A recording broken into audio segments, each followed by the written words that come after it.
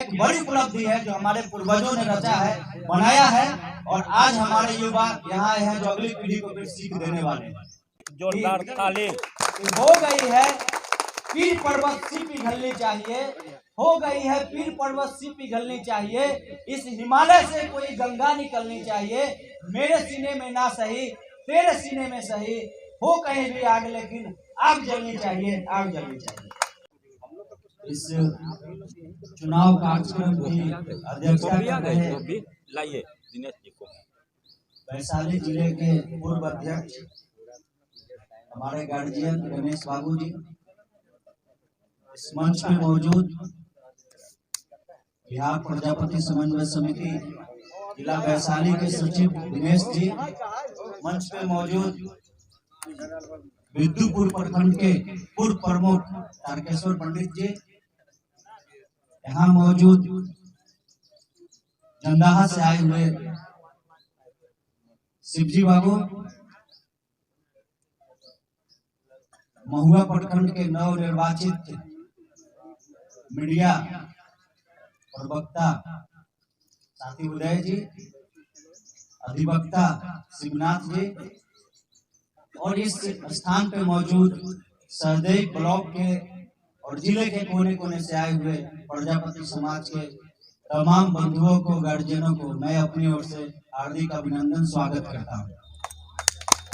साथियों, निश्चित तौर पे जो यह दौड़ है, यह दौड़ को जो पुराने लोग ऑर्गेनाइजेशन चलाते थे वो और अभी के दौर में काफी बदलाव आया है, और वह बदलाव इस रूप में है कि पुराने लोगों ने जो ऑर्गेनाइजेशन बनाया था, संगठन बनाया था, उस समय जो उनका संघर्ष था वह आज दिखाई देता है कि कितना रंग लाया है। इस तरह से डेमोक्रेटिक तरीके से चुनाव हो रहे हैं, युवा भी इसमें भाग ले रहे हैं, हर गांव से लोग आ रहे हैं, उनका उपस्थिति है, भले ही संख्याएं कम है लेकिन उपस्थिति सभी जगहों से है। तो इसमें जो पुराने लोग हैं उनको इसका क्रेडिट जाता है, उन्होंने ऑर्गेनाइजेशन को मजबूत किया, और एक इस रूप में हम है कि हमारे बातें अगर प्रखंड में करते हैं तो ये गांव में नहीं घर घर तक जाती है कि आज प्रजापति समन्वय समिति की बैठक का चुनाव था। यह एक बड़ी उपलब्धि है जो हमारे पूर्वजों ने रचा है, बनाया है, और आज हमारे युवा यहाँ आए हैं जो अगली पीढ़ी को फिर सीख देने वाले हैं। यह सामाजिक तौर पे तो परिवर्तन है ही, राजनीतिक तौर पर भी इसका बड़ा असर दिखा है, और वो असर को आप इस रूप में देख सकते हैं कि अभी बिहार सरकार ने एक सर्वे कराया था, जातीय सर्वेक्षण, और जातीय सर्वेक्षण में कुछ रिपोर्ट जो निकल के आया है वह रिपोर्ट बताता है कि कितने लोग जागरूक हुए, और इसी का परिणाम है कि आज हम यहाँ बैठकर अपनी बात कर रहे हैं, संगठन बना रहे हैं, अपनी हिस्सेदारी की बात कर रहे हैं, अपनी उपस्थिति की बात कर रहे हैं। जातीय सर्वेक्षण का रिपोर्ट आया, उस रिपोर्ट ने न केवल बिहार का पूरे देश और दुनिया को हिलाया है। तो राजनीतिक मोड़ है वह किस तरह बदल रहा है वह इस सर्वेक्षण ने दिखाया है, और उसमें जो सबसे बड़ी बात है वो है इस सर्वेक्षण में सबसे बड़ी जो आबादी निकल के आई है वह अति पिछड़ा समाज का है, जो 36% है टोटल आबादी का। और आज हम यहाँ बैठे, हमारे जैसे और भी दूसरे समाज के लोग अलग अलग जगहों पे बैठ रहे हैं। यह लगातार प्रक्रिया चला है जिसका परिणाम है कि आज सरकार ने जाति सर्वेक्षण कराया और आरक्षण का दायरा भी बढ़ाया है, लेकिन वह दायरा पर्याप्त नहीं है। हमें जितनी आबादी हमारी है उतनी हिस्सेदारी हमें होनी चाहिए, यह बात हमें करना पड़ेगा।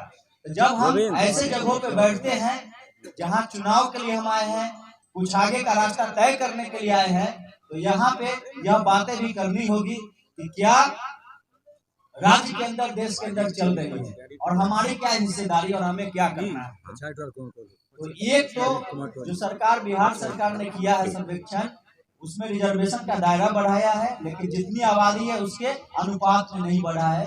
यह भी एक मांग हमको करना चाहिए। जिला के नेतृत्वकारी साथी बैठे हैं, यह भी अपनी ओर से प्रस्ताव राज्य को भेजेंगे, और जहां जरूरत पड़ेगी इस पर बातचीत होगी। मुझे आशा है कि लोग करेंगे। लेकिन दूसरी बात यह भी है कि देश के स्तर पे रोहिणी कमेटी नरेंद्र मोदी की सरकार ने बनाई, जो अत्यंत पिछड़ी जातियों का वर्गीकरण करने वाली है। वह रिपोर्ट बन गया लेकिन प्रकाशित नहीं हो रहा है। अब प्रकाशित होगा नहीं होगा, या चुनाव नजदीक आएगा तब किया जाएगा। तो यह भी एक दबाव बनाने की जरूरत है कि जो कमेटी बनाई गई, रिपोर्ट बन गया है, पब्लिश होनी चाहिए। पब्लिश होगी तभी हम एनालिसिस करेंगे कि हमारी स्थिति क्या है। जैसे बिहार सरकार ने किया है तो स्थिति निकल के आया कि हमारी आबादी 18 लाख है।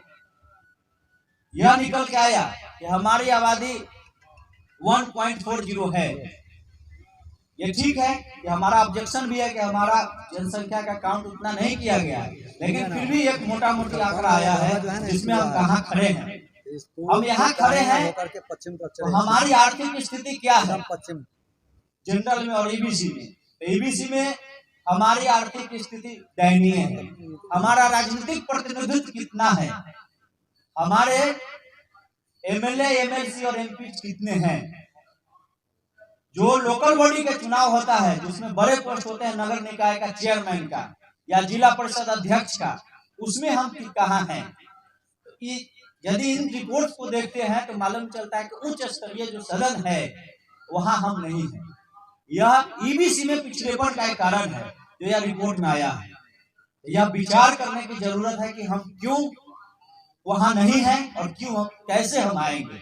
यह लड़ाई कई स्तर की है, एक राज्य से भी लड़ाई है, केंद्र से भी लड़ाई है, और एक जहां आप खड़े हैं ईबीसी में, यहाँ भी हमारी लड़ाई है कि हमारा प्रतिनिधित्व ईबीसी में कम क्यों है। आज जिला परिषद अध्यक्ष जितने हैं बिहार के अंदर, जिला परिषद अध्यक्ष उसमें क्यों एक खास जाति के लोग ही सबसे ज्यादा ईबीसी के हैं, हम क्यों नहीं।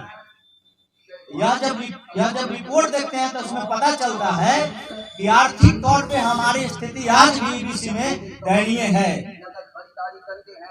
क्योंकि हमारा ट्रेडिशन मिट्टी का काम करना था। मिट्टी से बर्तन बनाते थे, लेकिन आज विकास के दौर में वह प्लास्टिक, लोहा और इन चीजों ने उसका जगह ले लिया है। हमारे वहाँ प्रजापति समाज के लोग हैं, अपने परंपरागत कामों को छोड़ के दूसरे जगह काम करने के लिए बाध्य हुए हैं। यह बड़ा कारण है कि हम विस्थापित हुए हैं, हमारे पास जमीन नहीं था, और इन कारणों से हमारा शैक्षणिक विकास भी नहीं हो पा रहा है, क्योंकि अर्थ बड़ी भूमिका निभाता है। तो साथियों, मेरा यह कहना है कि यह जो चुनौती हमारे साथ है, यह एक चुनौती नहीं है, एक साथ कई चुनौतियां हैं और इससे हमें निपटना है। निश्चित तौर पे जो यह संगठन का निर्माण हो रहा है, लगातार जिले के अंदर हर प्रखंड में ऑर्गेनाइजेशन बनाने का काम किया जा रहा है। हम जिला नेतृत्व को धन्यवाद करते हैं इसके लिए कि यहाँ दिनेश बाबू, अशोक जी जैसे लोग जो नेतृत्वकारी लोग हैं, बढ़ चढ़ के हर ब्लॉक में जा रहे हैं, हर ब्लॉक में जाके वहाँ के लोगों को जमा करते हैं, उनकी सहमति से कमेटी गठित कर रहे हैं। और यह कमेटी जब गठित हो जाती है तो उनको फिर एक टास्क दिया जाता है कि हमें क्या करना है। तो यह काम इनके नेतृत्व में बखूबी हो रहा है। और मुझे लगता है कि यह जो कमेटी बन जाएगी, आज अंतिम प्रखंड की यह बैठक है, कमेटी निर्माण होना है, यह हो जाती है, इसके बाद जिला नेतृत्व ने कुछ सोचा होगा आगे के लिए और आगे बेहतर कुछ किया जाएगा। साथियों, एक दो बात और हम कह के अपनी बात समाप्त करेंगे। अभी कुछ दिन पहले बिहार सरकार ने 2011 में एक सर्वे कराया था, वह एम्स इंस्टीट्यूट के प्रोफेसर ने किया था, और वह मैटर था